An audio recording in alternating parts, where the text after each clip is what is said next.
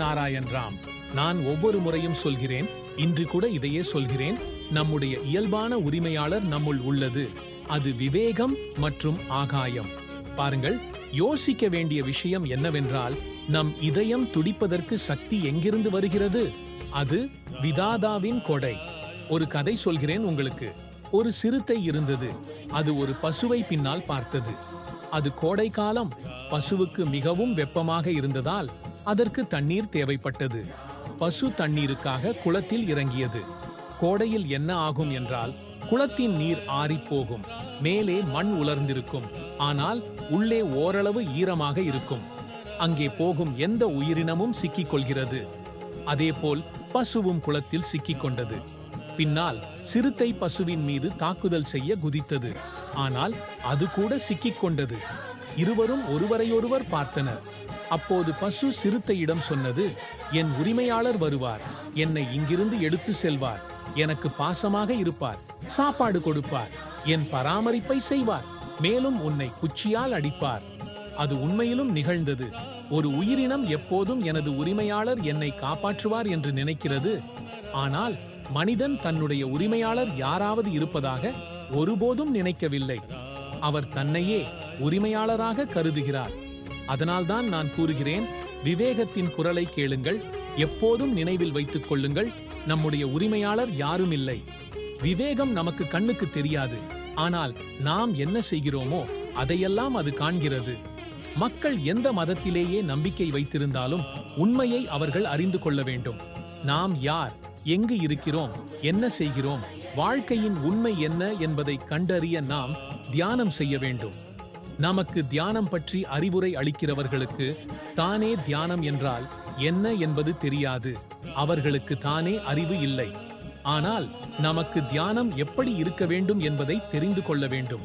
உண்மையான தியானம் என்பது துயரத்திலிருந்து வெளிவருவது போலவே இருக்கும். அதாவது ஆராய்ச்சி செய்வது. தியானம் என்பது நீண்ட ஒரு செயல்முறை. அதற்கு முன்பு ஒரு இலக்கு, ஒரு சிந்தனை, ஒரு பிரமாணம் இருக்க வேண்டும். நான் கொல்கத்தாவிலிருந்து டெல்லிக்கு வந்தது போல அது எனக்கு ஒரு இலக்கு. இங்கு வந்து மக்களுக்கு நிகழ்ச்சியின் மூலம் தகவல் கொடுக்க வேண்டும். ஆனால் மக்களிடம் சரியான தகவல் இல்லை.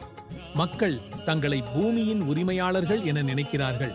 ஆனால் பூமியின் உண்மையான உரிமையாளர் வேறு ஒருவர். அதுவே நம் அனைவரின் உள்ளேயும் இருக்கும் விவேகம்தான். அது ஒருமுறை அடிமையாகவும் ஒருமுறை ஞானியாகவும் வழிகாட்டியாகவும் இருக்கிறது. நாம் தூங்குகிறோம், விழிக்கிறோம், எல்லா வேலைகளையும் செய்கிறோம். ஆனால் விவேகம் இதை எதையும் செய்யவில்லை. விவேகம்தான் நம் வாழ்க்கையை இயக்குகிறது. நம் இதயத்தின் துடிப்பு விவேகத்தால் தான். நாங்கள் அனைவரும் விவேகத்தை காப்பாற்ற வேண்டும். பிறந்தால் இறப்பும் நிச்சயம். நாம் இறக்காமல் இருப்பது போன்றதில்லை. யாரும் அமரர்கள் அல்ல. இறந்த பிறகு எதுவும் நம்முடன் போகாது.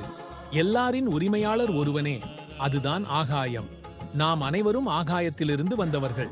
பூமி, சூரியன் எல்லாமே ஆகாயத்தில்தான் இருக்கின்றன. மக்கள் அனைவரும் மதத்தின் பேரில் வியாபாரம் செய்கிறார்கள்.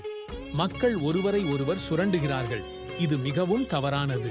நாம் இந்த பூமியில் இருக்கும் வரை எதை செய்தாலும் அதை அந்த விதாதா செய்வான்.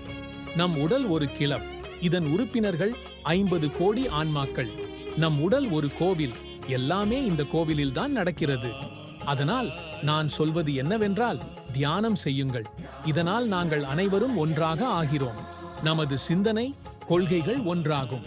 பின்னர் நாங்கள் தானாகவே வாழ்வோம், பிறரையும் வாழ விடுவோம். நாம் அனைவரும் இயற்கையின் மொழியை புரிந்து கொள்ள வேண்டும். அதனால் இயற்கையின் அனைத்து கூறுகளும் நம் உடலில் உள்ளன. இதுவே நமக்கு எதிர்காலத்தில் சிந்திக்கும் திறனை அளிக்கிறது. மனிதன் தன்னை ஏமாற்ற மாட்டான், மற்றவர்களை ஏமாற்ற முடியும். இது எல்லாம் விவேகத்திற்கு எதிரான விஷயங்கள். இதை செய்யக்கூடாது. மனதை அமைதியாக வைத்திருக்க வேண்டும் மற்றும் நல்ல காரியங்களை செய்ய வேண்டும்.